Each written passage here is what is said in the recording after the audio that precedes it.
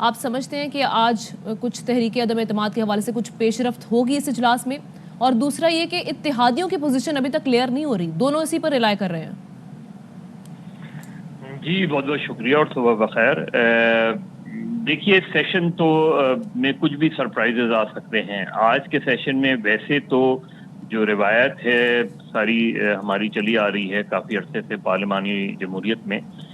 اگر کسی رکن کا انتقال ہو جائے اور اس کے بیچ میں کوئی سیشن نہ ہو تو جب بھی پہلا سیشن ہوتا ہے جو ہے وہ تلاوت اور نعت کے بعد جو ہے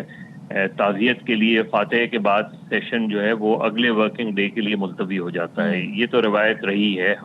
اسمبلیز میں، وہ کہ کوئی آئینی پروویژن نہیں ہے لیکن روایت ہے اور بعض صورتحال میں روایت کو فالو کیا جاتا ہے. تو اگر وہ روایت برقرار رہی تو آج صرف فاتحہ کے بعد سیشن جو ہے وہ ملتوی ہو جائے گا اگلے ورکنگ ڈے، مطلب پیر کے لیے، کیونکہ سیٹرڈے اور سنڈے کو نہیں ہوتے اجلاس. تو اب یہ دیکھنا یہ ہے کہ کیا موشن موو کرنے کے بعد اجلاس ملتوی کریں گے اسپیکر. یہ بہرحال اسپیکر کی ثوابدید ہے کہ وہ فوری طور پہ، لیکن اسپیکر کی یہ ثوابدید نہیں ہے کہ اجلاس کو غیر معینہ مدت کے لیے ملتوی کرتے ہیں. یہ نہیں ہے، یہ بالکل بھی نہیں ہے. وہ ایک دن وہ جس طرح نیکسٹ ورکنگ ڈے کے لیے، اسی لیے آج کے اجلاس میں ایجنڈا جو ہے وہ پورا دیا جاتا ہے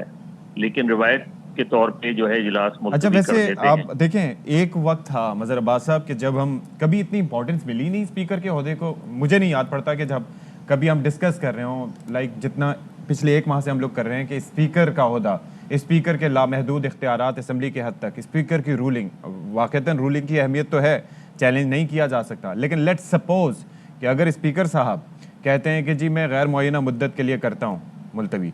تو کہاں چیلنج ہو سکتا ہے یہ، اگر ہو سکتا ہے تو؟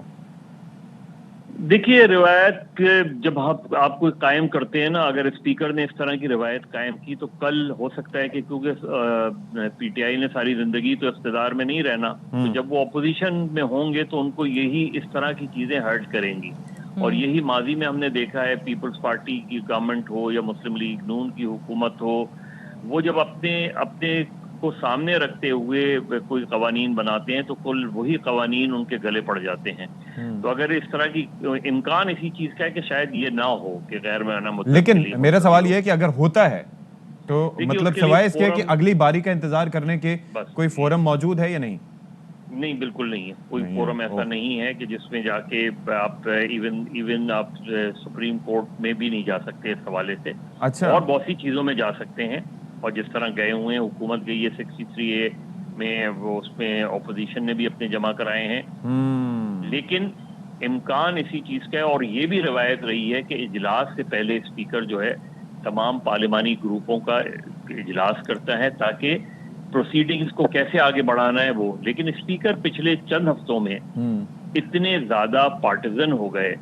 کہ انہوں نے وہ نہ صرف اسپیکر رہے بلکہ وہ جا کے انہوں نے یہ بھی بیان سامنے آیا کہ یہ عدم اعتماد کی تحریک بین الاقوامی سازش ہے. پھر وہ تحریک انصاف کی کور کمیٹی کے اجلاسوں میں شریک ہوتے رہے، پھر جا کے اتحادیوں سے مذاکرات کرتے رہے. اب جب آپ اسپیکر کی پوزیشن میں ہیں تو پھر اس کے بعد فار آل پریکٹیکل پرپز آپ کا کام یہ ہے کہ آپ تمام جماعتوں کو ساتھ لے کے چلیں. یہی رول ہمارا ماضی میں ہم نے دیکھا ہے کہ صدر کا ہونا چاہیے، یہی رول گورنرز کا ہونا چاہیے، لیکن ہم نے دیکھا ہے کہ بدقسمتی سے اب وہ رول نہیں رہے. اب وہ بائی پارٹیزن نہیں رہے، نہ صدر بائی پارٹیزن ہمیں نظر آتے ہیں، یعنی ماضی میں بھی اور اب بھی، اور نہ ہی ہمیں گورنرز نظر آتے ہیں. وہ بھی ایک پولیٹیکل جو ہے پارٹی کے جو لیڈرز نظر آتے ہیں. تو یہ ہم بدقسمتی ہے کہ ہم اس طرف نہیں گئے. لیکن آج کا سیشن اپوزیشن ضرور اس چیز پر انسسٹ کرے گی کہ ظاہر ہے ووٹنگ کے لیے تو 3 دن کا وقت چاہیے ہوتا ہے، 3 دن بعد اور 7 دن کے اندر وہ ووٹنگ آتی ہے. تو آج کیا اسپیکر یہ الاؤ کریں گے کہ اگر انہوں نے الاؤ کیا تو یہ ایک اچھی روایت ہوگی کہ وہ اپوزیشن کو موشن موو کرنے دیں اور اس کے بعد اجلاس ملتوی کر دیں. ٹھیک. اچھا مظہر عباس صاحب، ایک اور چیز ہے، وزیر اعظم عمران خان کے جو کارڈز کے بارے میں بڑا چرچا ہو رہا ہے. کابینہ بھی یہ کہہ رہی ہے کہ وزیر اعظم کے پاس بہت سارے کارڈز ہیں. ممکنہ طور پر یہ کون سے کارڈز ہو سکتے ہیں، کون سے راستے ہیں ان کے پاس اس سچویشن میں؟ دیکھیے اس پہ میں نے آج لکھا بھی ہے جنگ اور دی نیوز میں دیکھیے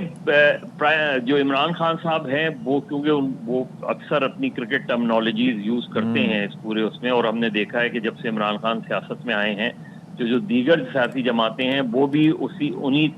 ٹرمنالوجیز کو یوز کرتی ہیں، چاہے وہ امپائرز ہوں، چاہے وہ ریفری ہو، چاہے وہ میچ فکسنگ ہو، یہ ساری چیزیں ہم دیکھ رہے ہیں۔ عمران خان دو طرح سے وہ کر سکتے ہیں، ایک تو یہ کہ وہ ہو سکتا ہے عین ممکن ہے کہ وہ سائیکولوجیکلی جو اپوزیشن کو انڈر پریشر لا رہے ہوں، دوسرا ان کا کہیں ہو سکتا ہے کہ انڈر ہینڈ ڈیلنگ ہوئی ہو اتحادیوں کے ساتھ، اور اسی وجہ سے اتحادیوں کا آج تک جو ہے یہ اعلان نہ کردہ کہ وہ کس کے ساتھ ہیں، یعنی وہ ابھی اپیرنٹلی تو حکومت کے ساتھ ہیں۔ سر یہ جو چودھری نثار فیکٹر ہے،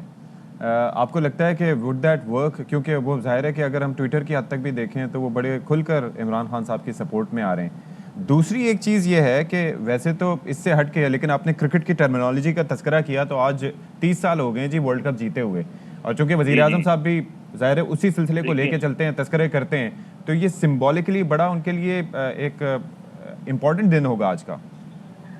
دیکھیے دو طرح، عمران خان 87 میں بھی جہاں تک مجھے یاد ہے کپتان تھے، اور اس وقت انہوں نے آخری اوور جو ہے وہ سلیم جعفر کو دے دیا تھا، جن کے آخری اوور میں 17 رن بن گئے تھے، اور اسی کی بدولت ہم جو ہے وہ ورلڈ کپ کے سیمی فائنل میں ہار گئے تھے آسٹریلیا کے ساتھ۔ 92 میں آخری اوور عمران خان صاحب نے خود کرایا تھا، حالانکہ میچ تو تقریباً پاکستان جیت گیا تھا، لیکن سمبولکلی آخری اوور عمران خان نے بنایا، وہ آخری اوور عمران خان نے کرایا، اور آخری کھلاڑی کو جو کیچ کیا وہ پی سی بی کے چیئرمین رمیز راجہ تھے۔ تو ظاہر ہے پاکستان کے لیے بہت بڑا، اور اسی نے عمران خان کی پوری کیریئر کو بڑا بوسٹ دیا۔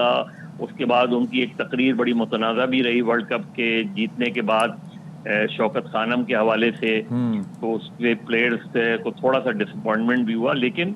عمران خان کے لیے وہ ایک لانچنگ پیڈ تھا، حالانکہ اس وقت ان کے ذہن میں پالیٹکس نہیں تھی، لیکن وہ ان کے لیے لانچنگ پیڈ تھا۔ اور عمران خان اس وقت پاکستان کے واحد لیڈر ہیں جو پچھلے 50 سال سے ٹی وی اسکرین کا حصہ رہے ہیں، پرنٹ ہو یا الیکٹرانک میڈیا ہو، وہ اسکرین کا حصہ رہے ہیں پچھلے 50 سال سے، اور وہ اسکرین کو بہت زیادہ جو ہے یوز کرتے ہیں اور سمجھتے ہیں کہ خاص طور پہ سوشل میڈیا آج کے زمانے میں بڑی شاندار ٹرانزیشن ہوئی ہے ان کی، یہ جو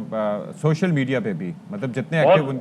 جی بہت زیادہ ہے، لیکن اس پوری جدوجہد میں ان کی جو چاہے وہ شوکت خانم کی ہو یا سیاسی جدوجہد ہو،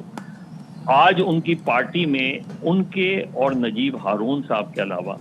کوئی بھی بنیادی رکن پارٹی کا نہیں ہے پارٹی کے اندر، اور یہ عمران خان صاحب کے لیے اس لیے لمحہ فکری ہے کہ آج ہم بہت بات کرتے ہیں کہ منحرفین کی بات کرتے ہیں، ضمیر فروشوں کی بات کرتے ہیں، سوال یہ ہے کہ ایسے لوگوں کو آپ ٹکٹ کیوں دیتے ہیں جن کے بارے میں آپ کو شکوک و شبہات ہوں؟ جب لوگ دوسری جماعتوں سے آپ کی پارٹی میں آئیں گے تو وہ کسی تیسری جماعت میں بھی جا سکتے ہیں۔ تو یہ جو ایک فلسفی ہے، اور اس وقت بھی یہی بات ہو رہی تھی پی ٹی آئی میں جب الیکٹیبلز کو لیا جا رہا تھا، جہانگیر ترین صاحب بہت ایکٹیو تھے، اس وقت حامد خان جیسے لوگ عمران خان کو یہ مشورہ دیتے تھے کہ ان لوگوں کو نہ لیں، کیونکہ یہ اگر آج آپ کے ساتھ آ رہے ہیں تو کل کسی اور کے ساتھ بھی جا سکتے ہیں۔ شہباز گل صاحب نے باقاعدہ کہا کہ ان کو ٹکٹ دینی نہیں چاہیے تھی۔ بالکل ٹھیک کہہ رہے ہیں آپ، مظہر عباس صاحب ہمارے ساتھ موجود تھے، اپنا سیاسی تجزیہ پیش کر رہا تھا سارے معاملے پر۔ اچھا اشفاق، ایک اور چیز ہے، جس طرح سے ہم بات کر رہے تھے ابھی تک اتحادیوں نے کوئی اعلان نہیں کیا، کل جو سیاسی کمیٹی کا اجلاس ہوا اس میں وزیر داخلہ شیخ رشید صاحب نے یہ سوال اٹھایا انہوں نے کہ اتحادی اعلان کیوں نہیں کرے اگر ہمارے ساتھ ہیں، سسپینس ختم ہو جائے گا نا۔ وزیر اعظم عمران خان صاحب نے بڑا کانفیڈنٹلی کہا کہ وہ ہمارے ساتھ ہی ہیں، مینس کہ انہوں نے کہا ہے نا، جس طرح سے ابھی مظہر عباس صاحب کہہ رہے ہیں کہ ہو سکتا ہے کہ وہ ابھی اپنا پتہ شو نہیں کروا لے، لیکن اتحادیوں کے ساتھ ہو سکتا ہے معاملات ان کے سیٹل ہو چکے ہیں۔ لیکن بات یہ ہے کہ دیکھیں، آپ کو نہیں لگتا کہ اگر اتحادیوں کے ساتھ معاملات سیٹل ہو چکے ہوتے اسی حد تک تو وزیر اعظم صاحب یا تحریک انصاف ان کو فورس کرتی کہ آپ اپنے منہ سے اعلان کریں، کیونکہ دونوں کے کہنے میں فرق ہے۔ میرا یہ کہنا کہ آپ میرے ساتھ ہیں اور آپ کا خود یہ کہنا کہ آپ میرے ساتھ ہیں، دیر از اے ڈفرنس۔